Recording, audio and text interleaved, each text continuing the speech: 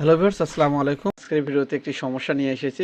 সেই সমস্যাটা আপনারা কিভাবে সমস্যার সমাধান করবেন সেই প্রসেসটা নিয়ে আমি এসেছি।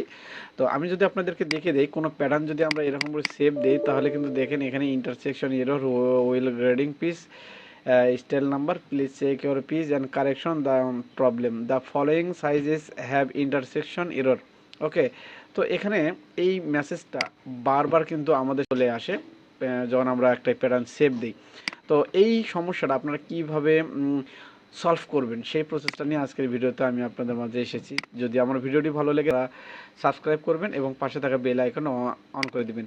তো যদি আপনাদের কোনো মতামত থাকে তাহলে অবশ্যই আমাকে কমেন্টসে জানিয়ে দিবেন, আর ভিডিওটি কেমন লাগলো সেটাও আমাকে কমেন্টসে জানাতে ভুলবেন না।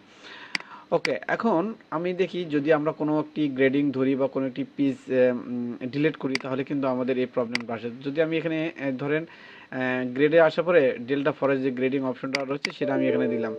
এখানে দেওয়ার পরেও কিন্তু দেখতেছেন যে ইন্টারসেকশন এরর, অর্থাৎ এই প্যাটার্নটা একটা প্রবলেম রয়েছে। তো এখানে দেখাচ্ছে the following size have intersection error S, অর্থাৎ এক্স স্মল এবং স্মল এই দুটাতে কোথাও না কোথাও না প্রবলেম আছে।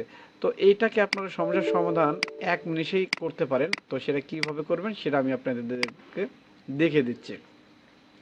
তো ইন্টারসেকশন এরর হচ্ছে আমরা যে কোনো একটি স্প্লিট নেওয়ার পরে রাইট বাটন ক্লিক, এই যে ইন্টারসেকশন এখানে দেওয়ার পরে যে পয়েন্টগুলো আমরা দিই সেই পয়েন্টে যে কোনো একটা পয়েন্টে আমাদের এখানে সমস্যা হয়েছে।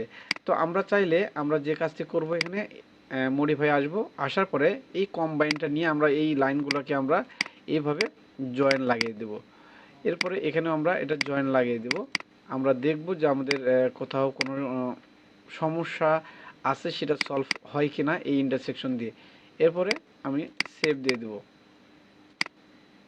ওকে, দেখলেন এখন কিন্তু প্যাটার্নটা সেভ নিয়েছে। অর্থাৎ আপনি যখন ইন্টারসেকশন দিবেন, যে পয়েন্টগুলো থাকবে সর্বপ্রথম দেখবেন সেই পয়েন্টগুলোতেই কিন্তু এই প্রবলেমটা সাধারণত হয়ে থাকে। তো আপনার যে কোনো গ্রেডিং করবেন, যে কোনো পিস ডিলিট করবেন, সেভ দিবেন, তখন কিন্তু আপনাদের ওই সমস্যাটা চলে আসে, যে সমস্যাটা আমি আপনাদেরকে সলভ করে দেখিয়ে দিলাম।